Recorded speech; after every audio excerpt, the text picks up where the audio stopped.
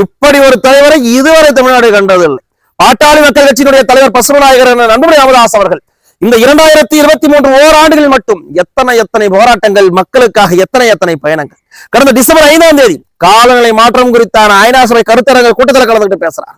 அடுத்த டிசம்பர் 6ஆம் தேதி சென்னை பெருமள்ளத்தில் சிக்குண்டு தவிக்குது, மக்களுக்காக களத்தில் இருக்க வேண்டும் என்று அடுத்த நாளை பறந்து சென்னை வந்து மக்களுக்கு உறுதுணையாக நிற்கிறார். அதுக்கு அடுத்த 2 நாட்கள்ல மதுரை சமூக நீதியை நிலைநிறுத்துவதற்காக அனைத்து சமுதாயங்களையும் ஒன்றிணைச்சு சாதிவாரி கணக்கெடுப்பிற்கான சமூக நீதி கருத்தரங்கு கூட்டத்தை நடத்துறார்.